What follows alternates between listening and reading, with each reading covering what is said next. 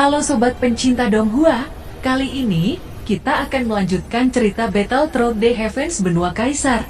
Cerita dan video ini diambil dari channel Nobarta. Tanpa banyak basa-basi, mari kita simak alur ceritanya. Melanjutkan dari cerita sebelumnya. Dengan keamanan penuh, tubuh Xiaoyan melengkung saat menginjakkan satu kaki udara dan tiba-tiba meroket ke arah Raja Edo Tensei. Sosok Raja Edo Tensei mengangkat kepalanya bahwa di atasnya sudah ada Xiaoyan dengan nyala api tak berujung. Semua orang tampak tercengang termasuk Zheng Zongfu dan yang lainnya. Bahkan dengan jarak yang jauh mereka bisa merasakan kekuatan besar itu. Kekuatan yang membuat mereka semua gemetar ketika melihat punggung Xiaoyan. Hanya dengan pemikiran Angry Buddha Lotus Flame sudah berada di genggaman Xiaoyan. Itu dihantamkan ke dada Raja Edo Tensei dengan kecepatan yang tidak bisa dihindari. Bahkan sebelum Angry Buddha Lotus Flame menempel, sosok Xiaoyan sudah berteleportasi ke kejauhan saat penguasa Suan muncul. Itu membesar dalam prosesnya dan mengayunkan penguasa Suan raksasa secara bersamaan dengan serangan Angry Buddha Lotus Flame. Dua serangan cepat ini mungkin di benua Daudi hanya Xiaoyan yang bisa melakukannya. Bahkan semua orang tidak menyadari bahwa Xiaoyan memiliki kendali atas ruang benua ini. Tentu saja dia teleportasi dengan waktu sesingkat atas dasar ruang hampa yang dia buka. Ketika kedua serangan Xiaoyan meletus, energi yang kuat membuat ruang di sekeliling bergetar hebat. Awan di atas langit dibagi menjadi dua bagian oleh penguasa Suan. Seolah-olah langit telah terbelah oleh dampaknya. Tubuh Raja Edo Tensei benar-benar menghilang oleh kedua serangan ini. Seolah-olah telah ditelan oleh nyala api surgawi. Raja Edo Tensei dibunuh oleh Xiaoyan, ucap Zhen Bufan dengan suara keras. Tidak hanya Zhen Bufan, tetapi bahkan Zhen Zongfu yang terluka parah sangat terkejut. Dia mencari sosok Raja Edo Tensei di wilayah api, tetapi dia tidak melihat keberadaan sosoknya kecuali sosok Xiaoyan. Tubuh Raja Edo Tensei telah menghilang sepenuhnya. Semua orang berpikir bahwa Raja Edo Tensei disempurnakan oleh api surgawi Xiaoyan. Raja Edo Tensei raja dibuat oleh api, dan api surgawi adalah penghormatan dari ribuan api. Xiaoyan mengendalikan banyak api surgawi dan bukan tidak mungkin untuk memurnikan Raja Edo Tensei. Apakah Xiaoyan benar-benar mengalahkan Raja Edo Tensei? Serangan Xiaoyan berhasil membunuh Daudi bintang 9, ucap Guiyan dan Patriark Zhen Zongfu. Leluhur Kuildan yang masih di udara sedikit mengerinyit. Namun anehnya dia tidak tampak seperti orang kalah. Walau begitu dia saat ini menatap Xiaoyan dengan tatapan penuh keterkejutan. Mengapa ada begitu banyak kekuatan pada pria ini? Siapa sebenarnya orang ini? Ucap leluhur Kuildan merasa ada sesuatu yang aneh saat melihat Xiaoyan. Melihat punggung Xiaoyan menunjukkan ekspresi yang luar biasa. Sementara semua orang bersorak-sorai atas kemenangan Xiaoyan, Xiaoyan berdiri dalam nyala api tidak bergerak sama sekali. Dia tidak mengendurkan matanya, tidak menurunkan kewaspadaannya. Ada sesuatu yang salah, ucap Xiaoyan sedikit menyipir. Dia percaya pada pukulannya itu. Tetapi dia tidak memiliki cukup kepercayaan untuk membunuh Daudi bintang 9. Xiaoyan tahu ini dengan sangat baik. Sementara suara sorak-sorai masih menduga bahwa Raja Edo Tensei sudah kalah. Xiaoyan tidak menurunkan kewaspadaannya saat menyadari bahwa Raja Edo Tensei sebenarnya tidak mati oleh lautan api surgawi. Zhen Zongfu memandangi Xiaoyan di langit dan segera menyadari bahwa ada sesuatu yang tidak beres. Jika Raja Edo Tensei menghilang pada saat terakhir ketika Xiaoyan memberikan serangan mematikan, lalu di mana Raja Edo Tensei pergi menghilang saat ini? Mungkinkah Raja Edo Tensei ini dapat merobek ruang? Ucap Zhen Zongfu sedikit dan Xiaoyan secara bersama-samaan walau beda tempat. Dengan kekuatan jiwa Xiaoyan rana ilahi, bahkan dia tidak merasakan jejak atau nafasnya di medan tempur. Tepat ketika Zhen Zongfu berubah dari kegembiraan menjadi kegugupan, di belakang Xiaoyan tiba-tiba terdengar sepasang tangan keluar dari ruang kehampaan seperti merobek kertas. Sosok Raja Edo Tensei muncul dan membombardir Xiaoyan dengan kecepatan yang sangat cepat. Hampir semua orang di tempat kejadian tidak punya waktu untuk bereaksi. Tinju itu mencapai perut Xiaoyan. Kekuatan yang terkandung pada serangan itu meledak di tubuh Xiaoyan. Dengungan terdengar di telinga semua orang. Di bawah tinju yang mematikan, tubuh Xiaoyan langsung dipukuli menjadi busur yang meroket ke tanah. Xiaoyan memuntahkan darah dan mengepakkan sayap tulangnya untuk secara paksa menstabilkan tubuhnya yang terjatuh. Rasa sakit di perutnya menyapu seluruh tubuh. Xiaoyan berhasil menstabilkan tubuhnya sebelum terjatuh di tanah. Dia terbatuk 2 kali saat memuntahkan seteguk darah segar. Sorak-sorai kerumunan berhenti secara tiba-tiba. Dan jeritan menyebut nama Xiaoyan terdengar pada waktu yang hampir bersamaan. Benar seperti yang diduga. Dia telah merobek ruang dengan tangan kosong ketika menghadapi serangan saya terakhir kalinya. Ucap Xiaoyan segera mengeluarkan pil dan memasukkannya ke dalam mulutnya. Jika bukan karena pertahanan kuat yang dimiliki Xiaoyan, mungkin pukulan itu cukup untuk meledakkan tubuhnya menjadi daging cincang. Xiaoyan mengatupkan giginya, dia tidak punya waktu untuk bernafas. Segera tangan kiri Xiaoyan menyala 5 cahaya warna-warni saat membentuk busur besar. Dan tangan kanan menarik lotus api saat mengembun menjadi anak panah api yang besar. Di atas tangan Xiaoyan, api surgawi seperti ombak berubah menjadi beberapa naga api dan membentuk anak panah kedua. Ini adalah keterampilan tempur suci yang sebenarnya. Xiaoyan tidak menunjukkan tanda-tanda berhenti saat sekali lagi api surgawi mengembun membentuk panah teratai api ketiga. Panah teratai api surgawi! Teriak Xiaoyan. Setelah teriakan Xiaoyan terdengar 3 anak panah api langsung meroket pada saat bersamaan. Mereka menembak lurus mengunci Raja Edo Tensei dengan kecepatan yang mencengangkan. Panah teratai api pertama meroket mengenai tangan kiri Raja Edo Tensei. Panah teratai kedua mengenai tangan kanannya. Dan panah terakhir mengenai langsung ke dadanya. Namun Raja Edo Tensei menundukkan kepalanya hanya untuk menyaksikan panah teratai api yang menusuknya. Dengan mudah dia mengeluarkan tangan untuk menariknya keluar panah teratai api satu persatu. Bahkan tubuh Raja Edo Tensei hanya berlubang namun tampak tidak bisa dihancurkan meski itu adalah mengandung api surgawi dan roh hantu. Tidak ada darah yang mengalir sama sekali di tubuhnya.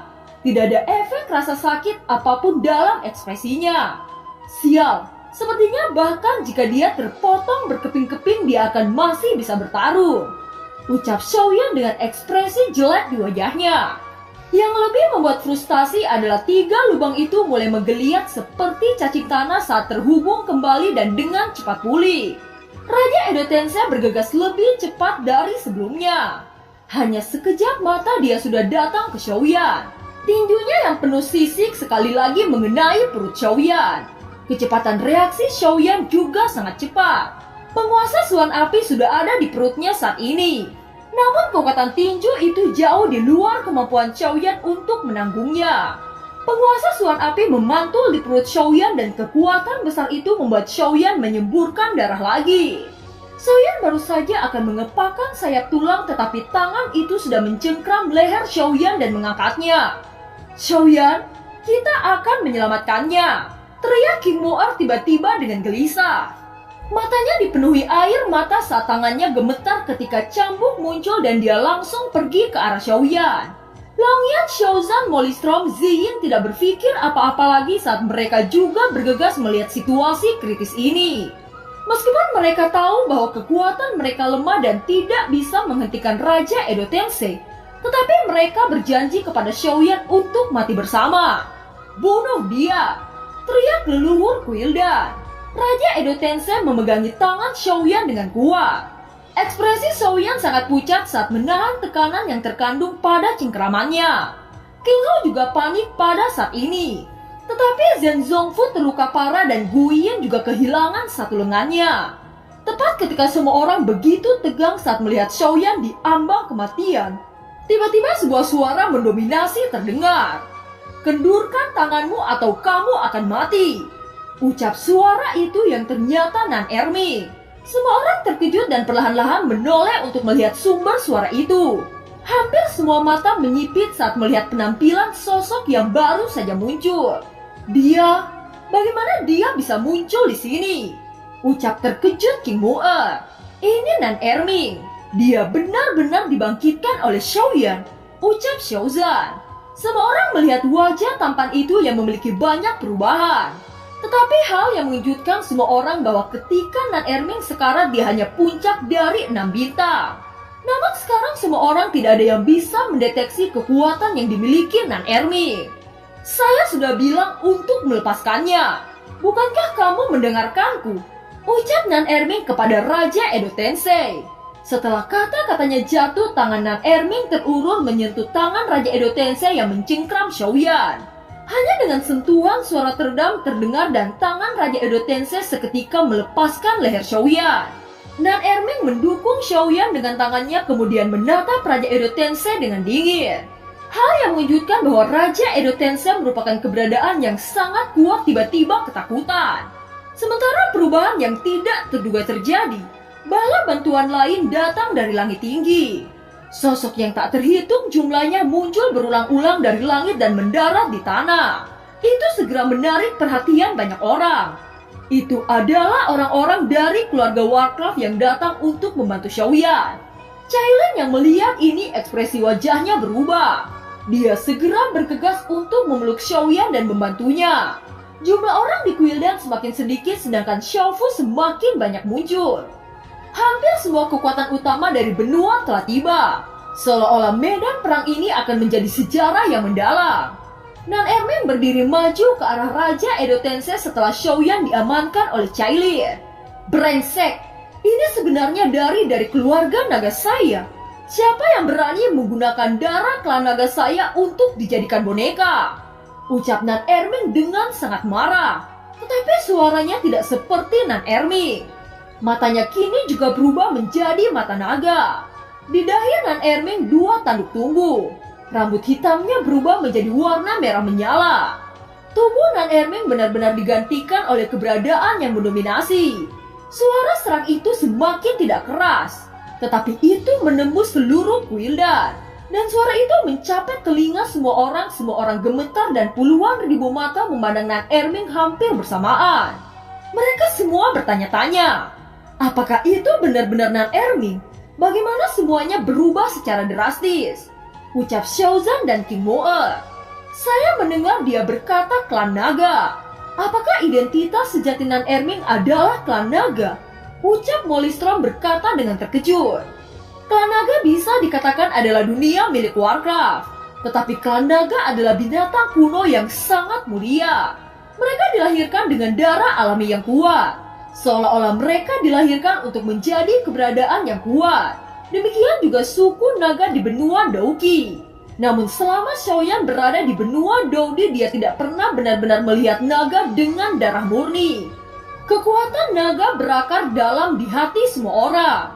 Juga membuktikan bahwa naga memiliki posisi yang sangat tinggi di benua Daudi. Ketika tubuh naga yang sebenarnya muncul, dia selalu disukai oleh yang kuat.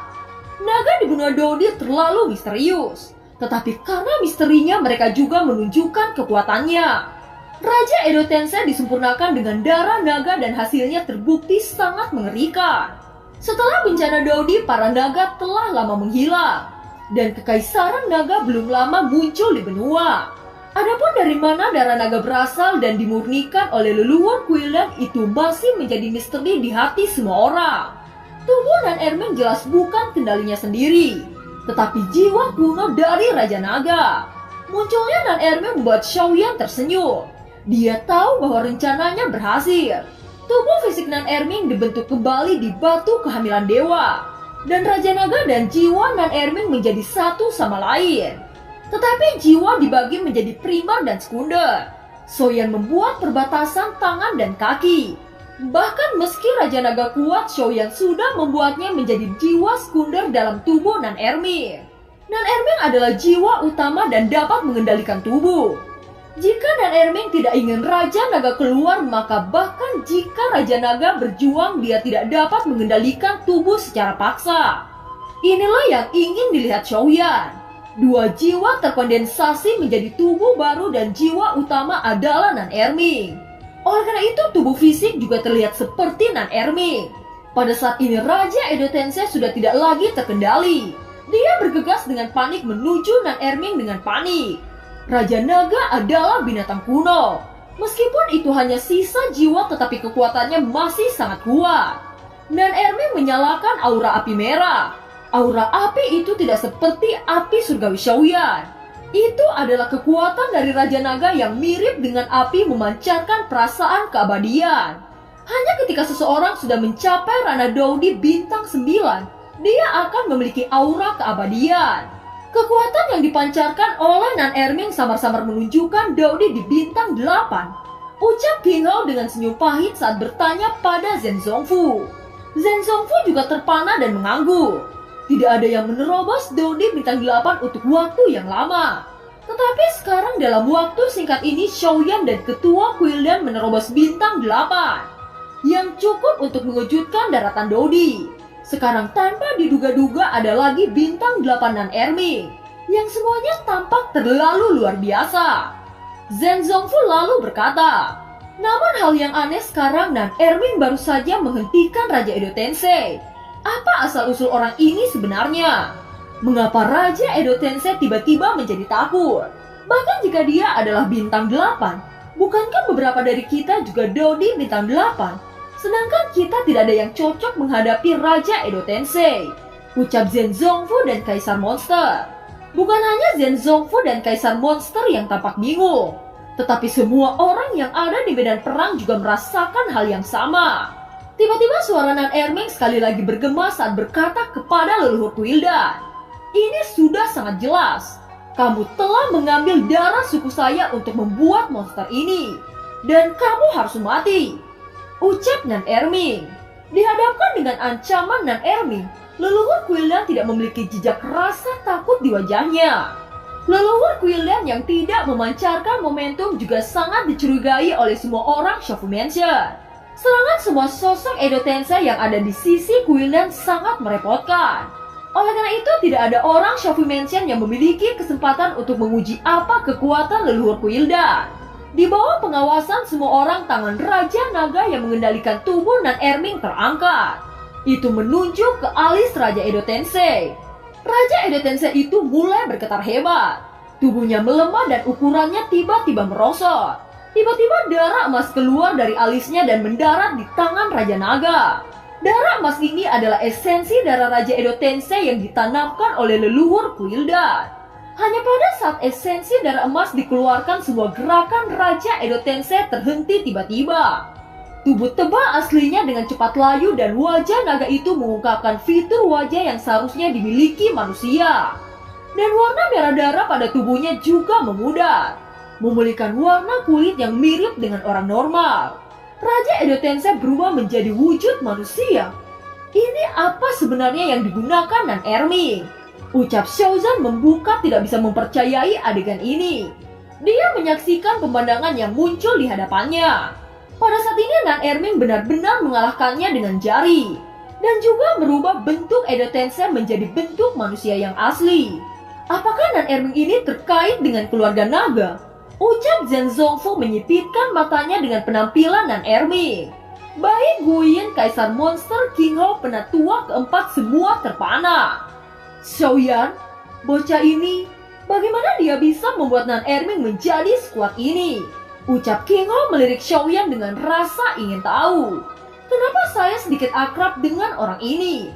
Biarkan saya mendeteksinya. Ucap Guyin menutupkan matanya di reruntuhan. Meski dia sudah kehilangan lengannya dalam peperangan ini, namun ekspresinya masih santai. Seolah-olah dengan lengannya yang menghilang bukan masalah besar. Setelah beberapa saat, Guyin tiba-tiba mengangkat kepalanya menatap aneh pada Nan Erming. Wajahnya penuh kejutan saat berkata, bukankah orang ini yang saya bunuh pada saat itu? Ucap terkejut Guyin. Ketika dia berperang melawan Xiaoyan dan timnya di pegunungan Shufeng, dia sudah memberikan serangan mematikan dan menanamkan racun jiwa ke dalam organ tubuh Nan Erming. Dia sudah memberikan serangan mematikan dan menanamkan racun jiwa ke dalam organ tubuh Nan Erming. Bahkan jika dia bisa bertahan dengan kekuatannya, itu hanya seorang pria yang akan cacat dan tidak bisa berkultivasi. Bagaimana sekarang dia bisa menjadi begitu kuat sekaligus? Guyin tampak sangat terkejut setelah mengingat wajah Nan Erming yang dia kenal. Wajah orang yang sudah dia bikin sekarat sebenarnya muncul di depannya hidup-hidup. Pada saat itu Nan Erming hanya puncak bintang 6 yang terkena racun jiwa.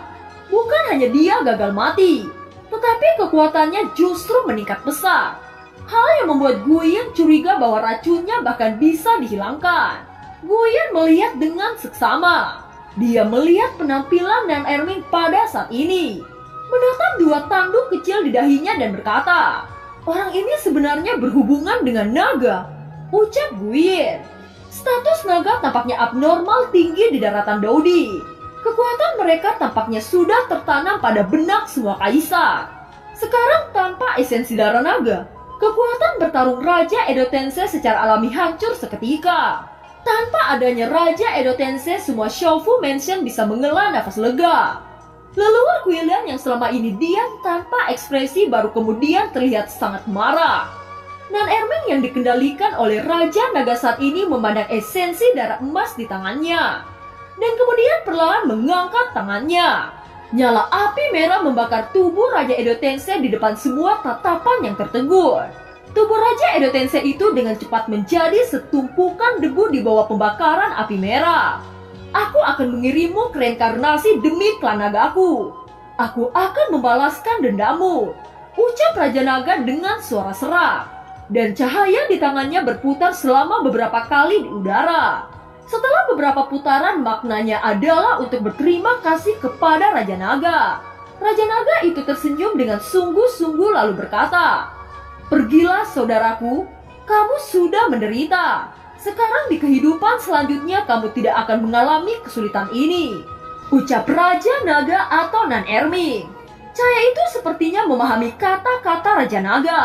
Setelah kata-kata Raja Naga itu selesai, cahaya itu perlahan menghilang di depan semua tatapan. Dan film pun berakhir. Terima kasih telah menyimak dari awal sampai akhir ya. Sampai jumpa.